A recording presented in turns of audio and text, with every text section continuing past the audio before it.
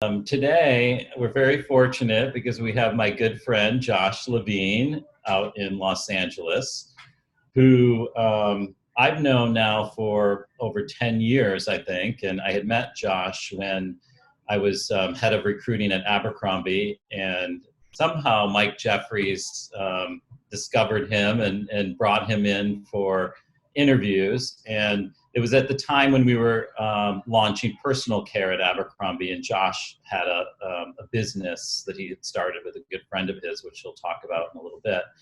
But at that time when I met Josh, I really kind of knew that there were some big things in his future. And I sometimes you meet people and you can just tell that they have that, that spark and that energy that you kind of know that there's something gonna happen. And sure enough, it did. But I thought maybe what we should do is we'll talk about Josh's journey of starting a few brands. But first, I'll let Josh kind of introduce himself. I was learning some things about him that I didn't know early on. But maybe Josh, just kind of talk a little bit about, before you started, your first business, like where you went to school, where you're from, Yeah. and maybe even, what you did before DAVI, and then we'll get into DAVI, the first brand, and go from there. Yeah, definitely. Where to begin? Born and raised in LA. I grew up just north in a town called Calabasas, long before it became world famous, Kanye West and Kim. I was your typical SoCal kid. I grew up skateboarding, I grew up surfing. I really got into snowboarding in a big way early on in high school, and really got after that competing in the local mountains, had amateur sponsors. And when it came time to go to school, I came home one day and told my parents, I was like, hey, I really want to pursue this snowboarding thing. I think I got a chance to turn pro. Rather than going to school, I want to move up to Mammoth and give it a go. And, my parents were super cool, super supportive. They were like, you got to go for it. Because if you don't, you're going to look back and say, I could have, or what if.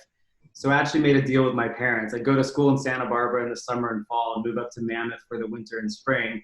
And while up there, I actually took online classes through UCLA or through Berkeley. And as long as I maintained a 3.5 GPA, parents would pay my living expenses. Granted, my rent was like $150, and I got all my gear for free from my sponsor. So it was actually a smart deal my parents made with me. So yeah, I moved up to Mammoth, ended up turning pro, rode for companies like Volcom and Vans and Oakley. And that's actually the first time I really understood like the power of brand and marketing. It's like, you're paying me to wear your stuff, and what does that mean? And kind of saw it firsthand.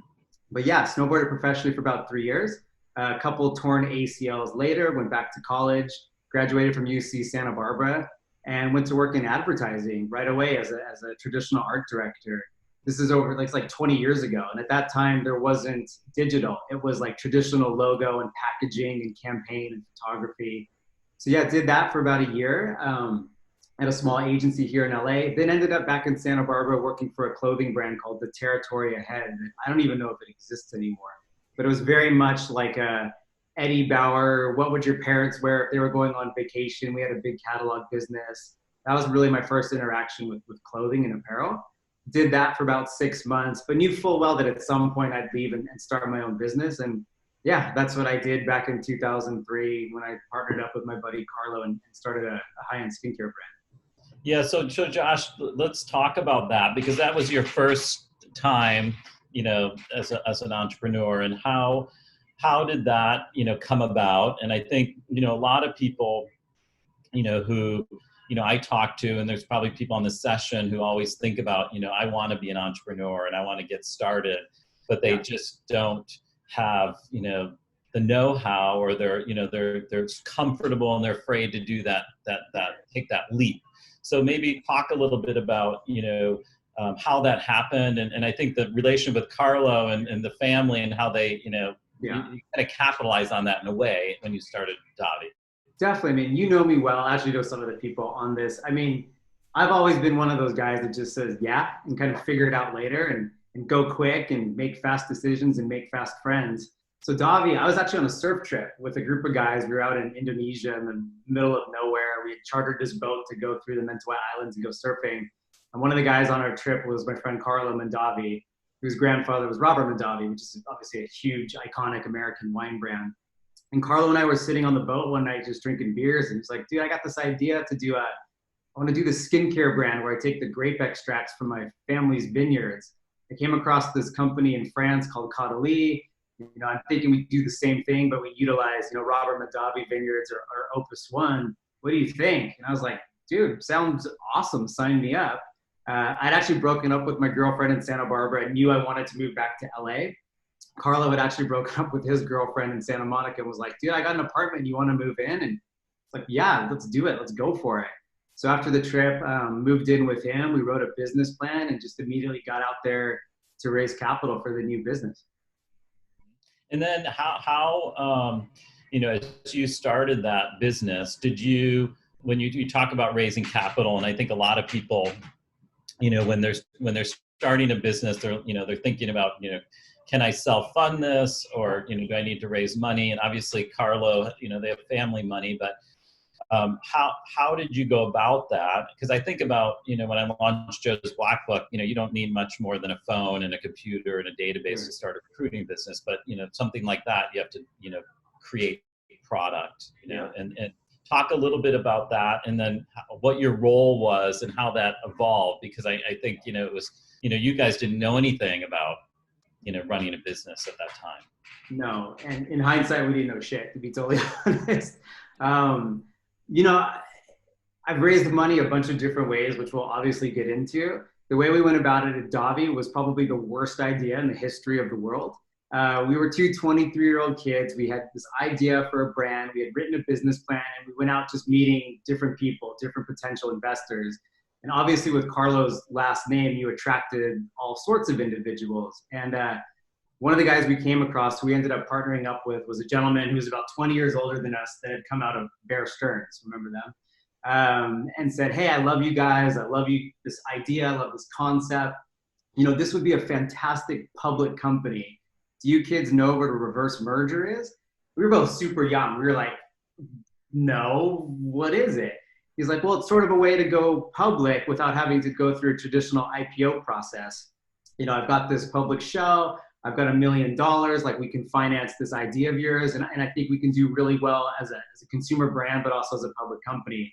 And Carlo and I were both so young and so naive. We were like, that's amazing. Sign us up. Let's go for it. In hindsight, it was a horrible idea. But again, I think that's just part of the journey of being an entrepreneur, is like, just get after it and sort of figure it out and learn from it one way or another. And what was horrible about that in terms of raising the money, but then also what, you I think ended up playing the role as like the CEO and kind of really running the business. And then how did you at some point decide to exit that business? Sure. So the way I ended up becoming the CEO of that business was tied to the reason why it was a bad idea in general. So what we figured out kind of early on, so we had raised that initial $1 million. We actually went out and raised $7 million when it was all said and done. This was in 2003, so it was a lot of money. We figured out very early on, at least Carlo and I did, that our third partner really didn't have the same agenda as us. We wanted to build an amazing company, amazing brand, cool product, cool marketing. He was looking at it as a stock play. Hey, I can sort of use the Mondavi name and probably drive a stock price and make some money that way. And Carlo and I one day sat down and was like, this is not what we want to do for a bunch of different reasons. Most of all, legally, this could end up in a really bad place. This is not what we're here to do. So we ended up parting ways with our third partner. And I sat down with Carlo one day and was like, dude, we raised a bunch of money. You obviously have a famous last name and you come from deep pockets. Like, we've got to do something here, or we're going to find ourselves in some serious trouble. One of us needs to be in charge of this thing, and it's not you, Carlo. It's going to be me. So I went from the creative guy who was in charge of designing product and packaging and marketing to running a public company when I was 24 years old, completely out of necessity, not because it's something I ever really wanted to do with my life. Was the third partner the guy who played a role later in the Frame connection, or no? No, that was a different gentleman. That was the gentleman we had as our chairman, Joe. Yeah, who's a big Estee Lauder guy. Okay, so you had brought on somebody as a chairman, Yeah, Parrish was our CEO. He was 20 years older than us, and like I said, he came out of private equity and finance, and just what he wanted out of it was not what we wanted out of it. So we parted ways. So yeah, we got rid of him, and I took charge of the thing, and away we went. So yeah, we developed the brand. We launched it into, traditional luxury retail. At the time, there was no e-commerce. We were selling into Bergdorf Goodman and Neiman Marcus and Lane Crawford and Selfridges. And yeah, had a fun time doing it, traveled the world, learned a lot. But at the end of the day, we were a public company, and you're held to the same standards as Google and Facebook, even though you're this tiny little startup. And that brings its own set of challenges. And going through that was just excruciatingly difficult. Yeah. And I do remember Josh at that time. He was kind of burning, and most entrepreneurs burn the candle at both ends, but he was really, I know it was a lot of pressure and stress at that time for you. Yeah. But it was kind of, in a way, your MBA in terms of learning, about a business and just kind of going into it blind, right? Was that 100%? I mean, that experience forced me to grow up. I was like 23, 24. My peer group was friends my age who wanted to go out and have some beers and go to a club and meet some girls. And then all of a sudden you're doing deals with CEOs and chairmen and vice presidents of companies who are 20, 30, 40 years older than you. We had raised capital all over the world, spent a lot of time in Europe and Asia. And to your point, it was an MBA that you couldn't pay for. It was a 5-year journey of just seeing the world and forcing myself to grow up, and very quickly having to transition from more of a creative guy to logistics and finance and operations and what it really takes to run businesses and make money. And when did you, I can't remember what caused you, or did you just at the end say, I'm ready for something else, this is too much? Did you sell the business? Yeah. I think it still exists in some shape. Yeah, so we were publicly traded. So theoretically you could sell your stock whenever you wanted to. As a founder that had an owning above a certain threshold, you'd have to disclose it, but there was liquidity there. But yeah, we had the brands into some of the stores that we wanted it to be in.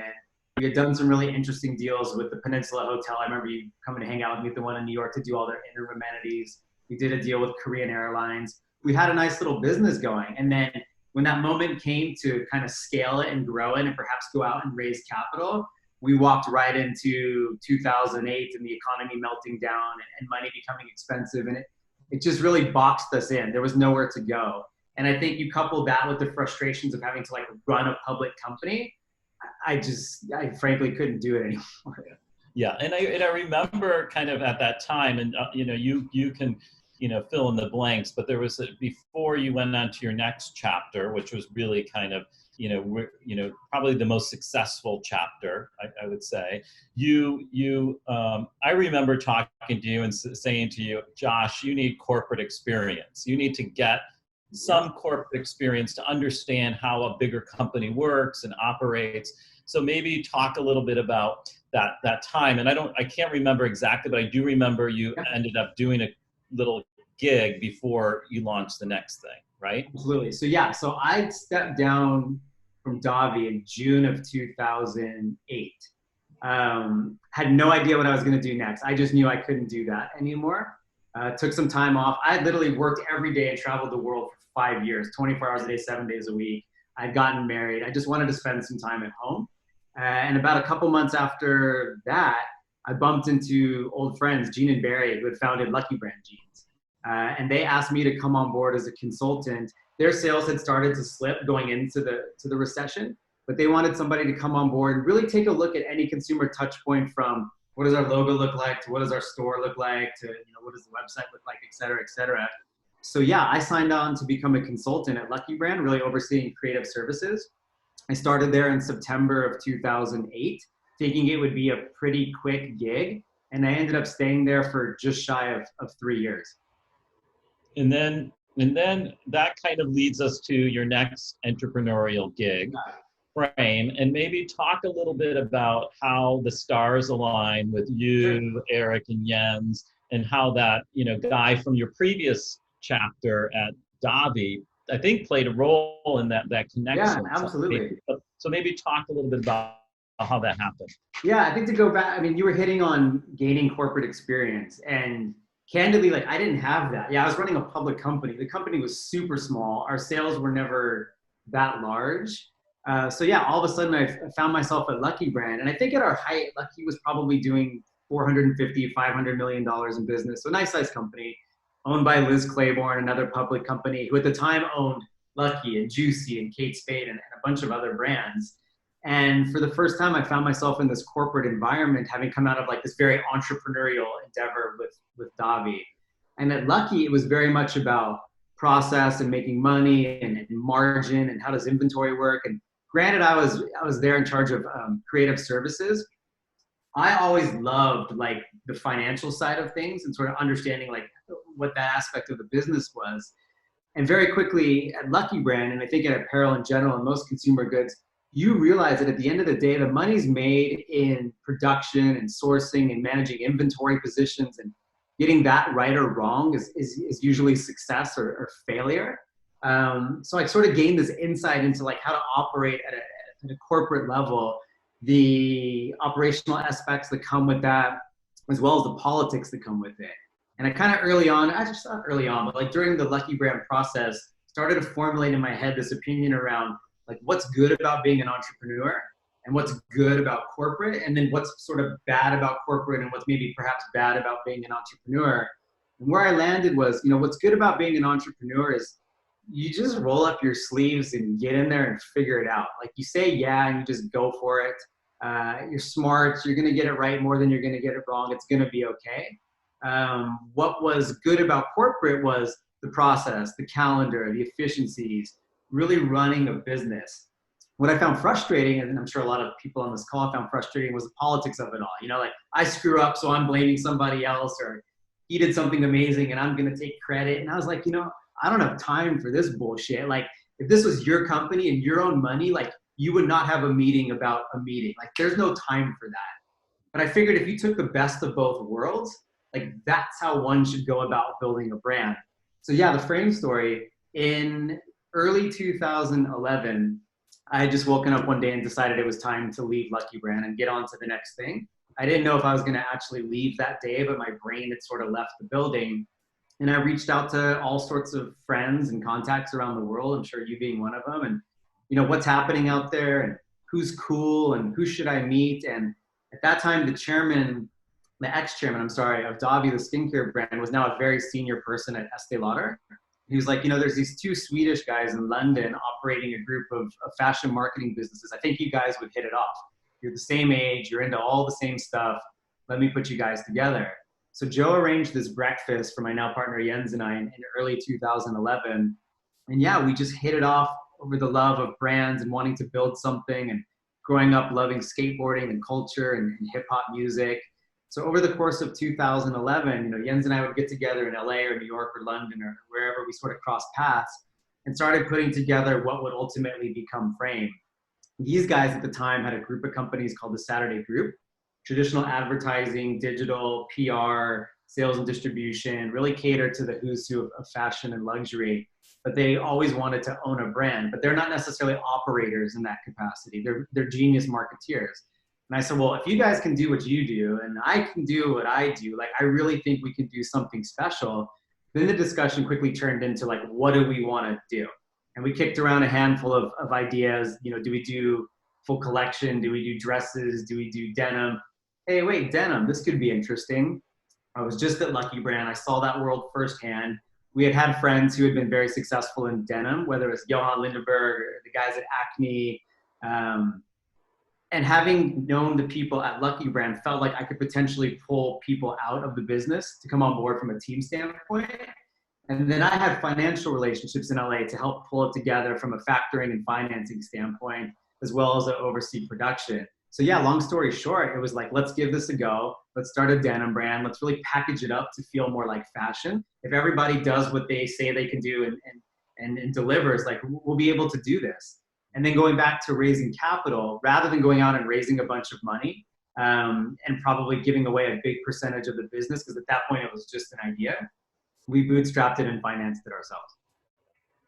And Josh, one of the things I think is interesting, I always say, you know, the best merchants are the merchants that have an appreciation or understanding of design and vice versa. And what's interesting about you started as a creative and like branding and graphic design, but in some ways at DAVI, you found yourself as an operator. And I think one of the things it seems that you really kind of found out about yourself, maybe that you are a good operations person running a business, and, all the general management type skills.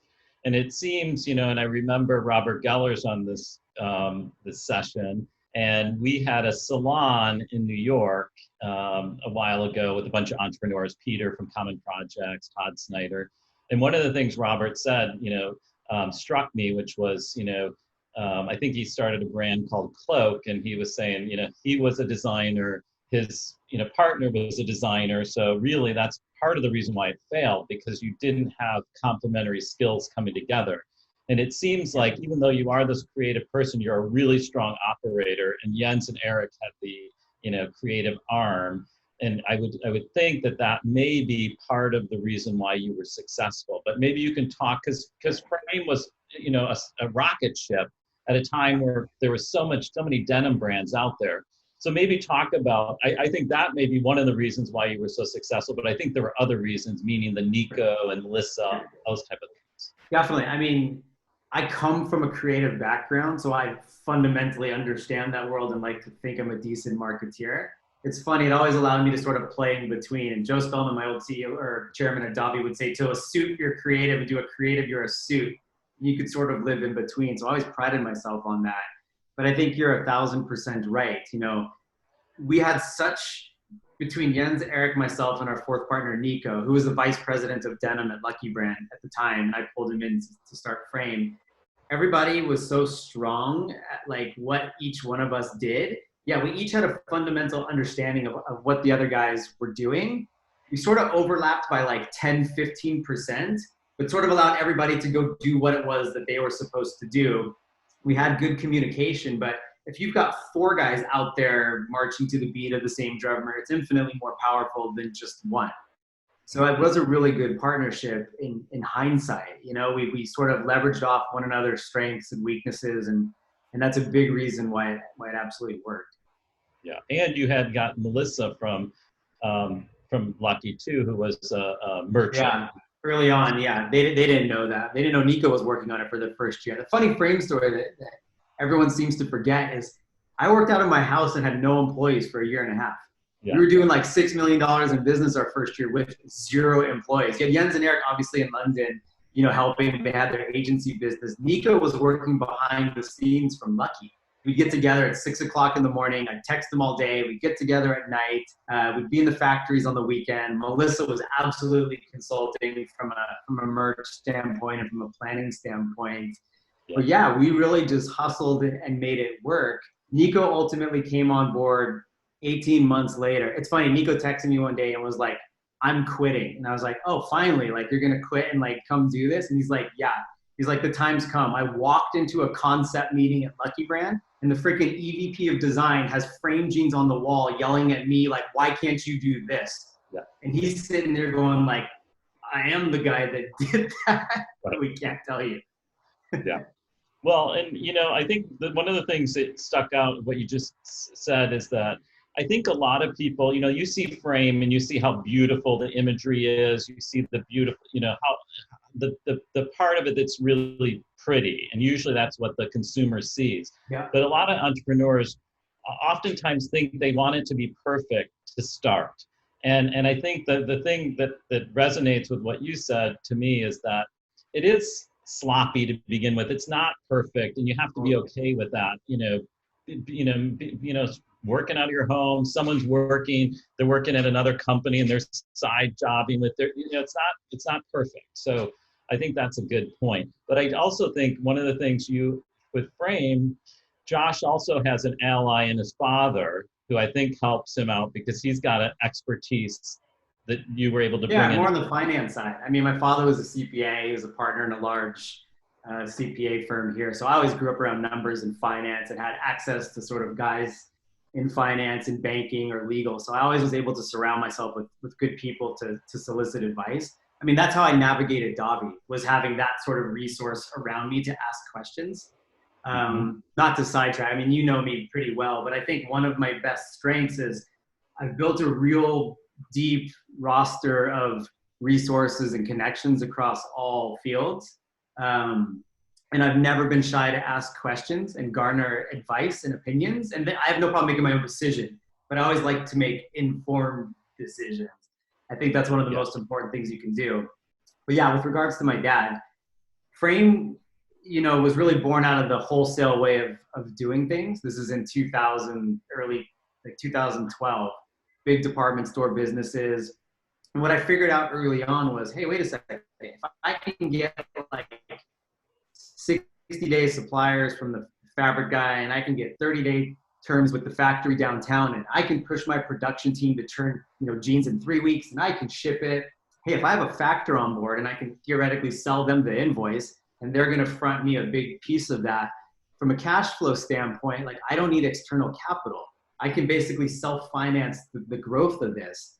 And because we were able to figure that out early on, like we were able to grow extremely quick. We were able to grow without ever raising money and diluting ourselves, and run a really successful, profitable business. But yeah, that's because I was surrounded by people who had done it before and were able to lend advice and expertise. Yeah. And, for the people on the session that don't know what factoring is, can you just in a nutshell, just tell them what that means? Sure. Okay. We all make some clothes. We make $100,000 worth of clothes, and we're going to sell it to Nordstrom's because they placed the PO. The day you ship it to them, they're not going to pay you. They might tell you they're going to pay you in 30 days. They're not going to pay you for 60 days, 75 days. What a factor is going to do is basically take that invoice for $100,000 to Nordstrom's and advance you a significant portion of it. It could be 80%, it could be 85%.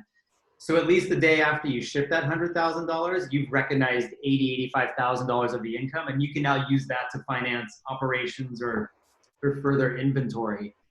Because if you were sitting around waiting 60, 90 days, it would be very challenging to survive. Yeah.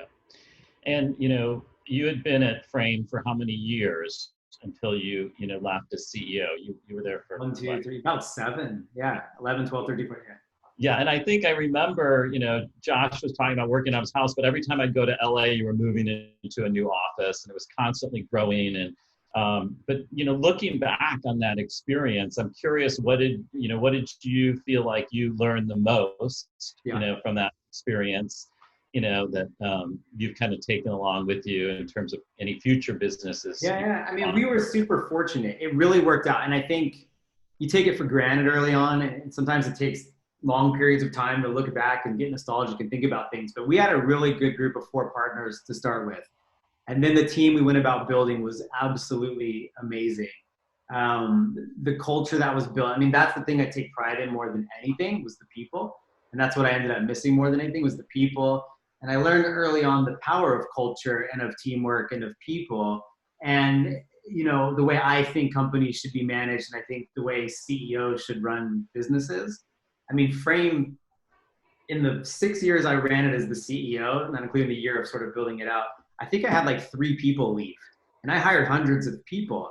And because I ran it very transparent, and because I gave autonomy to people, and because I left them to their own devices to like do their job, people stuck around. You treated them like family. They felt like they had a big stake in it. They had a part in it. They'd come in early, they'd stay late. And I think that was because, you took care of people, you treated them with respect. As you grow, you hire people to do specific things. But I think without, the marketing team, there is no, brand awareness. Without brand awareness, there's no sales. Without sales, there's no production to make inventory, to ship, for finance to collect money on, and money to finance the marketing machine. Like, everyone's in these things together. And I found by being very transparent and open with people and letting them know like what was going on, they really understood what special thing they were a part of and believed in it. And I always found like, yeah, I can work 24 hours a day and get a lot done, but if I can get 200 people to believe in what it is, we're doing here, and believe in me and what I'm trying to do, like, that's way more powerful. So I think looking back on Frame, like the idea around building culture and building teams is something I would always take with me. I mean, so many different aspects of that business. We were very fortunate how fast it grew, being able to scale it from, jeans for women to a full-fledged lifestyle brand, the opportunity to sell a piece of it. Like, you really saw like what usually plays out over the course of 10, 20 years crammed into like 5 years. And then what about, we all, make mistakes along the way, you know, and some things, and you look back on that, you're like, wow, you know, I wish I would have done this differently. You know, what it would be something that you'd be like, God, I wish I would have, you know, done this, thought about this differently or whatever throughout that time frame. You know, it's interesting. It was going so fast. There wasn't necessarily time to like really think things through. I mean, we scaled Frame from 0 to 100 million bucks in 5 years. It just went so fast. And I'd never done apparel before. So I'm trying to figure out things on the fly. Like, how do you go international and how are you going to launch e-commerce? And then figuring out like how to produce ready to wear overseas, and global sourcing and procurement is a completely different thing than making jeans in my backyard in downtown LA. Things I would not necessarily regret, things I would do different. You know, I think, to be super honest, like, my partners are really good marketeers, and we sort of prop them up as the face of the company. And I think in hindsight, like, my partner Nico and I, you know, we were happy being the guys in the back and running the business, and that was all fine and dandy. Maybe perhaps could have done a better job of marketing myself to the external world, not from an ego standpoint, but really just to like put myself out there and keep things, yeah, as part of it, you know, like, we were here managing hundreds of people, and that was more important to me than, like, you know, being in a magazine or running a party. Yeah. Yeah. And then, you know, I'm thinking back to that salon that we had on entrepreneurs in New York. And I'm thinking about something, one of the, I think it was our scholarship winner, Dash, who had started his own line, had asked, he said something like, you know, when do you feel like you've like achieved something? Because you constantly, you know, on this, like, you know, it's like a treadmill, like, you know, a gerbil in a wheel. And, you know, Todd Snyder said, you know, it really is the time when you know, you sell, or you like have that. And I remember, I actually remember when you guys, you know, sold some of the business to, you know, a private equity group. And, you know, I remember we met in the West Village and had drinks, and it was like a time where I think you were really happy and it was celebratory. And I think, you know, all that hard work finally pays off. Would you agree with that, in terms of that's a time when you feel like... Yeah, I mean, I think that's nice to have that type of event in any business. Yeah, it's like gratifying, it's justifying, it's validation. There's probably some financial ramifications that are nice as well. But, you know, I think when you're running a business like that and you're scaling and you're growing and things are going fast, like, it's so easy to get caught up in everything. I think you need to take time to celebrate the small victories along the way, especially as you start building teams. Like, you need to celebrate the staffs and the teams, because you wouldn't be any there with them. And I think they deserve that every now and then. I mean, the first thing I remember celebrating for Frame, I always told everyone, it's like, yeah, we got an order from Net-a-Porter, and yeah, we're going to ship it to them. And I was like, we'll celebrate when we get the reorder. Like, that was like the first celebration, was like, okay, now maybe we have something here. Yeah. And then obviously we hit different milestones in terms of scale, in terms of size of the business that we celebrated along the way. But yeah, I mean, having that opportunity to sell a piece of it early on was really nice for everybody. You know, it wasn't something that was necessarily planned when we started the business. Like, I don't think you start businesses to sell them. I think you should start businesses with that in mind and run it with that in mind, because it holds you accountable in a different way in terms of like how you're setting up the operations and the finance, et cetera, et cetera. Because when you do go through a sale process, you're going to inevitably have to answer a million questions. And we were in a really good place to do that type of stuff when the time came to sell that piece to those guys back in 2014. Yeah. And I remember after you left Frame, you had time off, you know, for yourself. And I remember being in LA with you and your wife, and we were talking about what's Josh going to do next. And it was, you know, it's like, he's too young not to, like, you know, have a next chapter, another business. and I know it took you, you know, a little bit of time, but then you came out with your next chapter, ASYSTEM, which I don't know if people know what that is. So maybe you can talk about how that came about. And, you know, it did kind of capitalize on some of the first business in terms of the experience you had in skincare, but, you know, it's in the health and wellness space too, which is kind of hot. So maybe you can talk about that one. Yeah. So, I mean, I got to that point at Frame where it wasn't fun in the same way anymore. We had scaled, this is in the summer of 2017. I mean, the business was pretty big and growing. teams were growing. It was managing hundreds of people across, multiple offices in LA, a big office and showroom in New York, big office and showroom in London, retail stores. And it just got to a point where it wasn't so creative and entrepreneurial anymore. It was more administrative and HR focused and looking at sell through and data and comps. And it's like, I can figure this out, but this is not my strength. It's probably time to get somebody else in here to manage the day-to-day. And, I could step aside as the CEO and stay on board as a founder or partner. That was sort of the impetus to ultimately like step down and move on.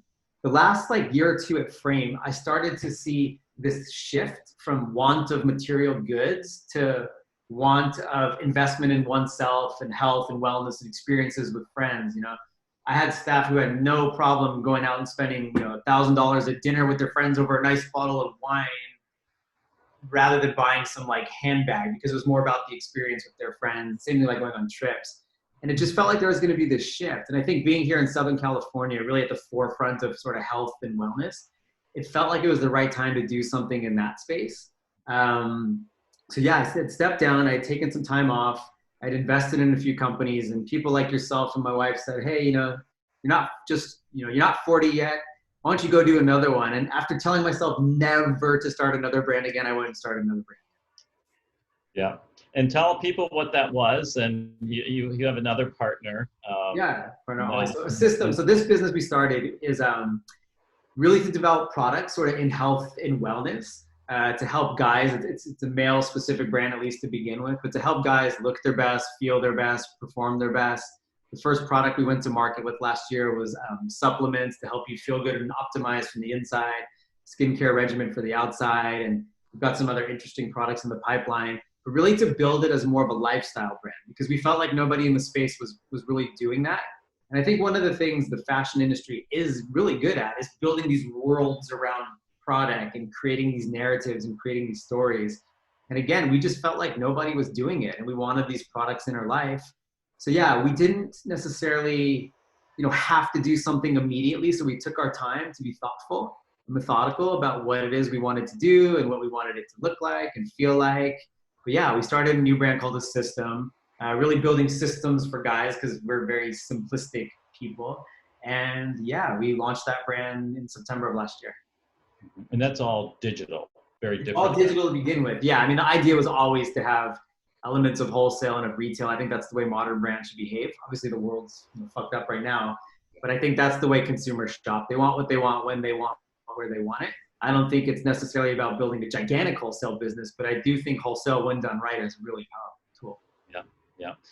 And, what do you think, and I've got some questions now for you, and I know, people probably have a lot of questions. Some of these came in, but I'm curious, when you're starting a business, a lot of people, I think some people think, well, gosh, why the economy is crazy right now, blah, blah, blah. Why should I, should I do it now? And I think from my perspective, I started Joe's Blackbook in the last recession. So I think, this is a time that, people are thinking differently, and it's a good time. And any time's a good time from my perspective to do it if you have the right idea.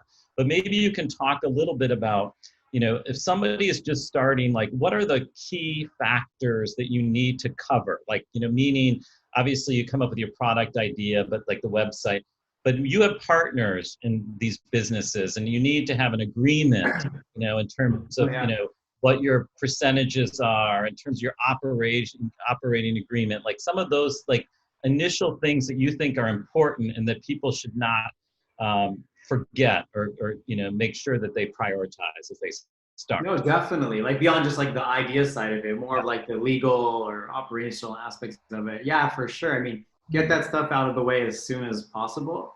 Starting a business by yourself is so difficult. I mean, I don't even know how you do something by yourself, to be honest. Like you have no one to bounce things off of. So I think for the most part, you've done it, but usually you have co-founders. So I think early on, kind of figuring out like who's going to do what, making sure you're aligned in terms of everyone's day-to-day remit and who's going to take care of what.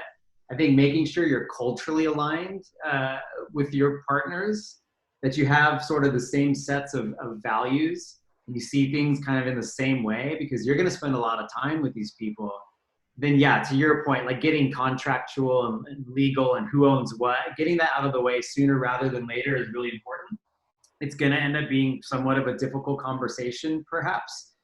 But at the end of the day, you've got to think through that with the mindset of like, yeah, it's all fine and dandy right now, and we're having a beer and talking this thing through, but at some point it's going to come apart. It's going to get divorced. Someone's going to leave. Someone's going to sell it. Someone's going to have a problem. Like, that's inevitable. There's no way around it. So I think getting all the contractual stuff sort of out of the way up front allows you to sort of move through that hurdle, protect yourself down the line, and then get on to the business at hand. But for sure, you want to figure out, your operating agreements. You want to figure out trademark and IP and get those things out of the way sooner rather than later. It's a lot easier to get those things done when you're flying under the radar with a good concept before you bring it to market. And then, you had your dad in terms of the accounting side of it, but setting up, were all your businesses set up as LLCs, or were they set up as, an S corp? Yeah, different ways to do it. I mean, LLC's framed as an LLC. DAVI was a publicly created company, so it was a corp. ASYSTEM's now a corp because it's venture backed, which I can tell you guys about. But I think for the most part, if you're setting up a business in apparel or consumer, like LLC is the way to go. It protects you from some of the liability standpoint. It also, from a income and taxation standpoint, there's some creative ways that can be beneficial to the owner. So I always like to pass through entities. There's definitely some beneficial aspects of it. They're easy to set up. They're not crazy in terms of reporting. It's $800 a year to stay current with the state. So I always liked LLCs. I found it pretty easy to do. And it's not very sophisticated stuff to set up LLCs or to set up operating agreements at that stage. You don't need to go out and spend a fortune with extremely expensive attorneys.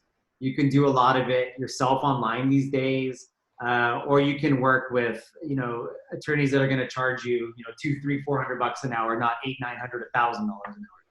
Mm-hmm, mm-hmm. And then what about, you talked a little bit, I know, people go out there, try to get money from investors, that want to invest. And, I think I've seen many people put their pitch decks together, and you've done that and you've had experience doing that.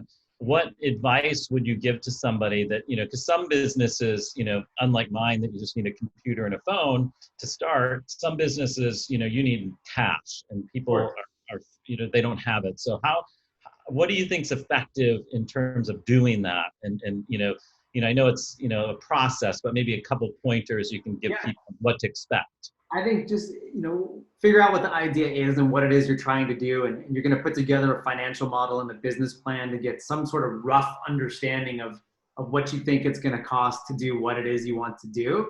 I think you should figure out how to raise enough capital or how much money it's going to take to execute whatever it is you're trying to execute.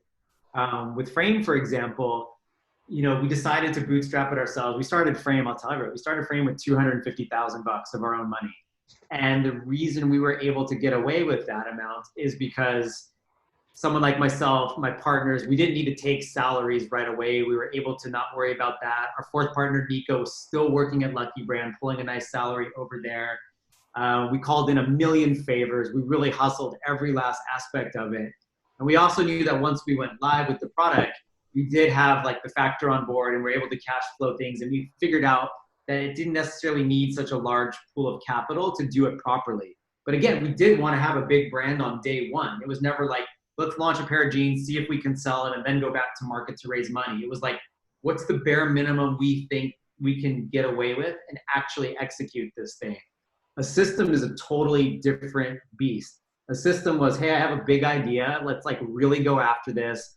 Building direct-to-consumer brands usually come with a cost on the acquisition and marketing side. Frankly, like I had bootstrapped a company before and I didn't necessarily want to do it this time. So we went out and raised a significant sum of money because we felt like that was the right amount to do it. So I think really identifying how much it's going to take to execute what it is you're trying to do. Are you trying to just build a long-term brand and this amount of money is the only money I'm ever going to raise? Or is this the right amount of money to sort of get my concept out there and test it and then take that proof of concept to go raise more? I think that's what you really need to think through early on. And then I think general rule of thumb, however much money you think it's going to take, double it and go raise that much. Yeah, yeah. And then when you do that, when you raise that money, how much of the business do you usually give away at that time? Little as humanly possible. Whatever you can get away with. Okay, yeah. I think that's where like salesmanship comes into it. And I think obviously strength of concept and having a track record is certainly going to work in your favor. I think doing comparables. And being a good negotiator, a negotiator, being a good negotiator. Be a good negotiator, like stand up for yourself, because that's the only time to do it. I mean, once you take that check, there's no going back really. But I think do sort of comparable analysis, like sort of similar businesses, you know, what are apparel brands trading for? What type of valuations are they getting? If I'm doing health and wellness, like what do those multiples look like? Kind of having an understanding of the sector is super important. So you don't go out there and do a bad deal. I mean, I'm sure everybody's seen Shark Tank. The things that people always get beat up over is these crazy ass valuations. Like selling 10% for $10 million. Okay, great. What were your sales last year? I did 50,000 bucks. Like it just doesn't quite work. Yeah. And then what do you think about, now you've had, a few businesses, and you yourself are an entrepreneur and you've been around a lot of entrepreneurs.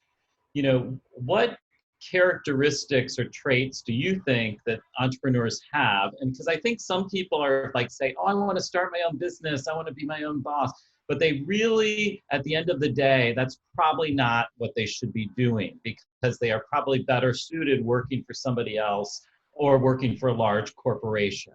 And I hear many people say they want to start their own business, and one is always like, what's the first step? But the other thing is some people may not have those characteristics. I'm curious from your perspective, what are some of the characteristics you need to be an entrepreneur successful? Yeah, I mean, I think some tolerance for risk is certainly going to be important, because you're setting off on some endeavor that you have absolutely no idea how it's really going to turn out. Obviously hard work and work ethic. I mean, but that goes into everything. I think the ability to hustle and no real fear of failing, I think, is extremely important. I mean, it's challenging in a different way. I mean, you're going to be responsible for everything. The buck stops with you. You're going to have to hustle. Things are going to not work out. Things are going to fall apart. Shit's going to hit the fan. Like, that's all inevitable. And I'm sure to some people that's probably terrifying, and to others it's exciting and fun.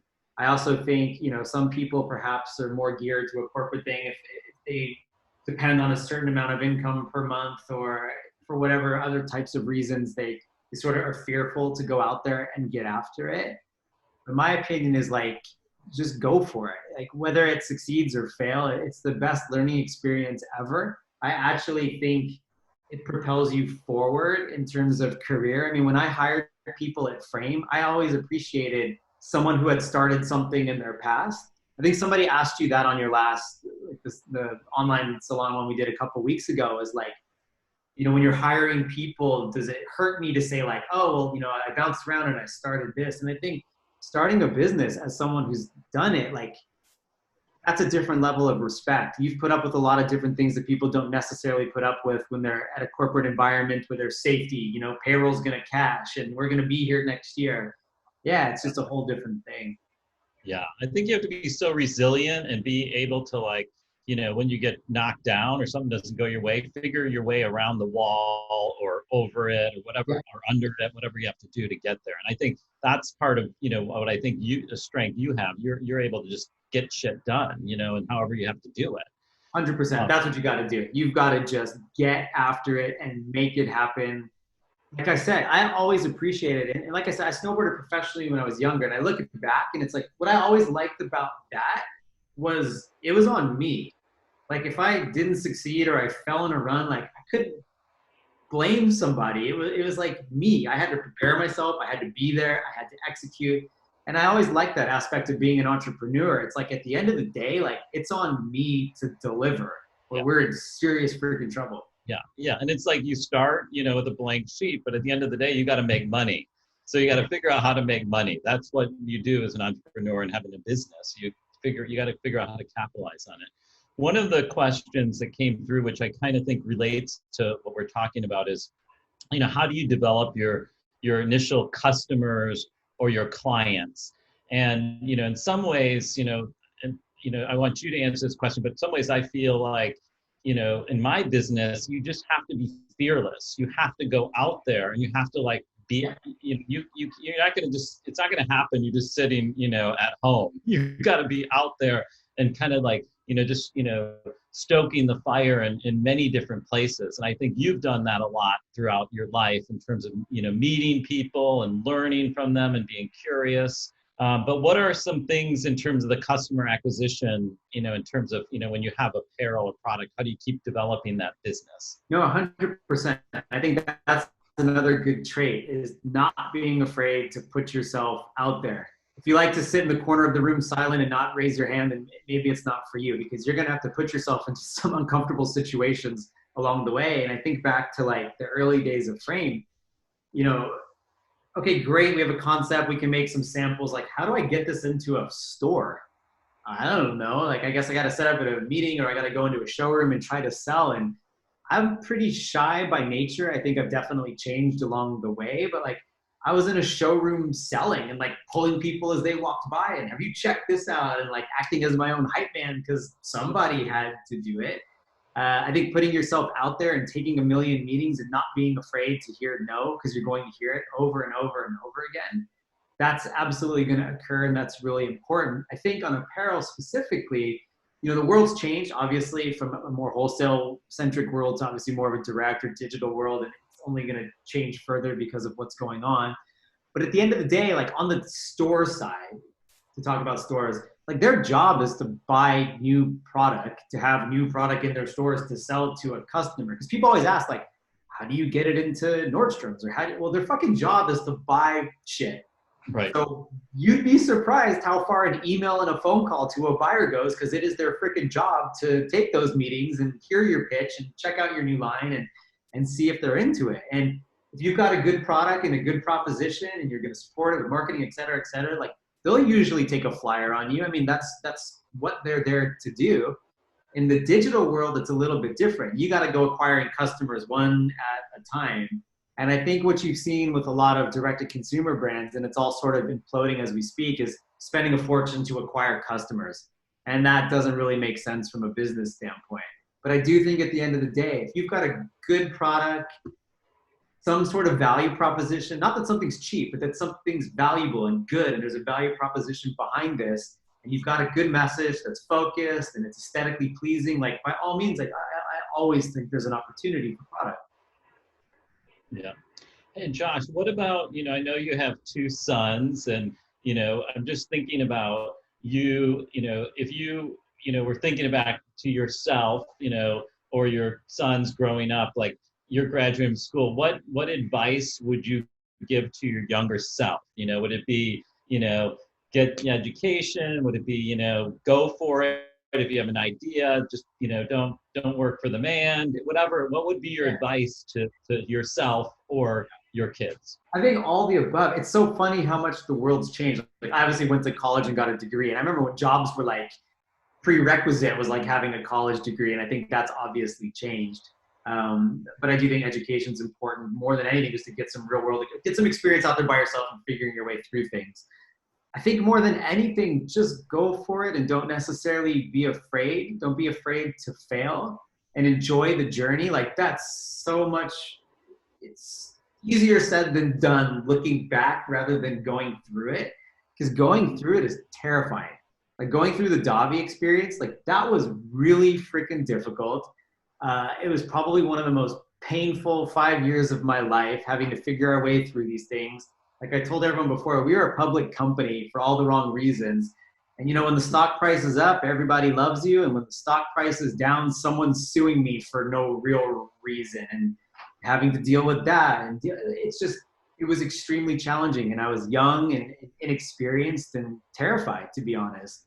But in hindsight, looking back, it was the best education one could ever have hoped for. Like if there was no DAVI, there was no Frame.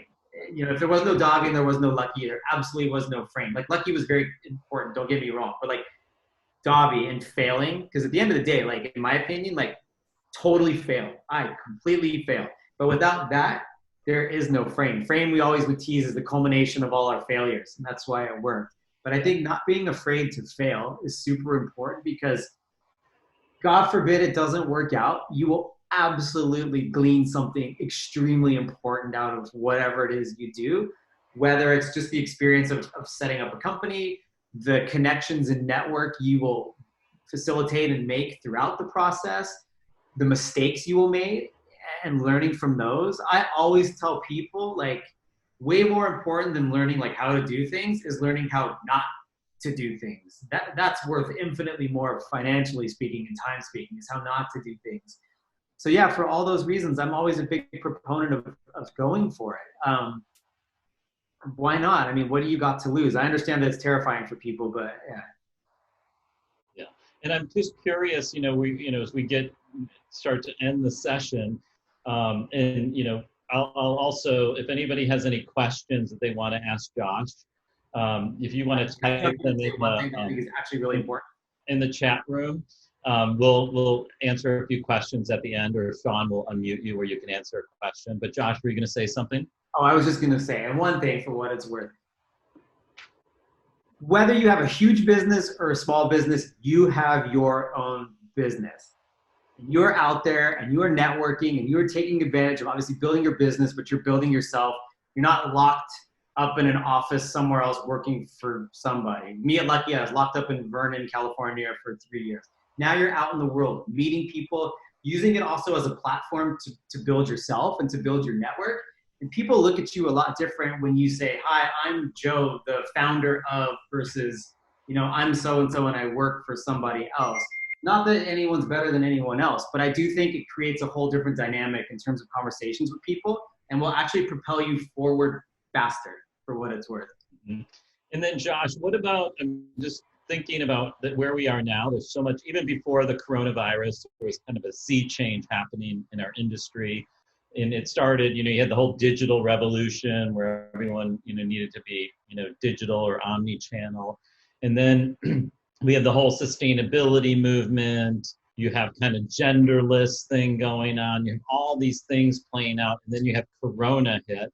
I'm curious, what do you see, in terms of the future and where we're headed as an industry in terms of your headset? Because I know everyone, no one knows exactly what's going to happen, but what do you think is going to happen in terms of retail?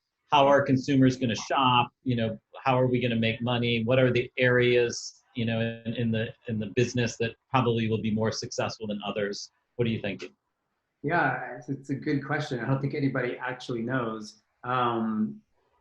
It's going to be a completely different world for so many different reasons. I think sadly, a lot of brands and companies won't be around afterwards. That changes the competitive landscape for those that sort of persevere through it.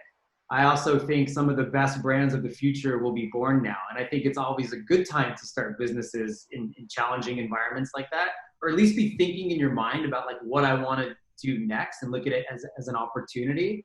I think in apparel in general, I think, everybody's talked about the downfall of the department store forever. And I think this just accelerates it to a degree. I don't think they go away for good. I think it's super important to have physical retail and brick and mortar and interact with brands in a physical way. Do you need 75 stores? Not necessarily. Maybe you need 12 and an amazing e-commerce site. So obviously that pivot to digital, which is where everybody was going to begin with. But I do think living in the digital world, it's such a different way to interact with your customer. I think the fashion industry in general, and it's sort of always been this way, it was very much like a one-way conversation. It's like, here's my magazine ad for the season, and that's my opinion on how you should look and go buy this product.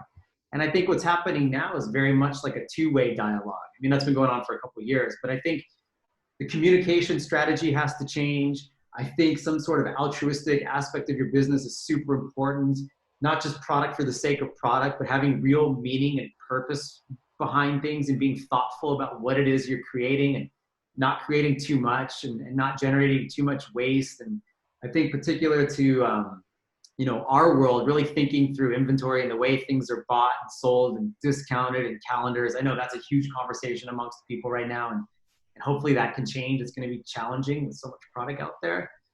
And then, in terms of product itself, I think what do people really need? What makes them happy? What makes them comfortable? What do you want in your life? I think people have noticed over the last, 6 weeks, and at least I've really noticed over the last 6 weeks, like I haven't been out there buying a bunch of stuff. And I'm the guy that likes to go out and buy and pay full price retail and support other brands. And I hope they support my brands. But over the last 6 weeks, like I haven't consumed as much as I normally would. And dude, I'm fine. Yeah. So if I'm going to consume, I want it to be special product with meaning behind it, coming from great founders and people with opinion who stand for something and communicate that through their brand. I think the conversation going into this was always around like founders and companies having to take positions around politics or the environment. And I think this sort of accelerates all of that as well. Because I think on the other side, people are really going to want to interact with brands and companies that they share values with more than anything. And I always like to support brands, and everyone who's on this session, just so you know, Josh is really 70 years old.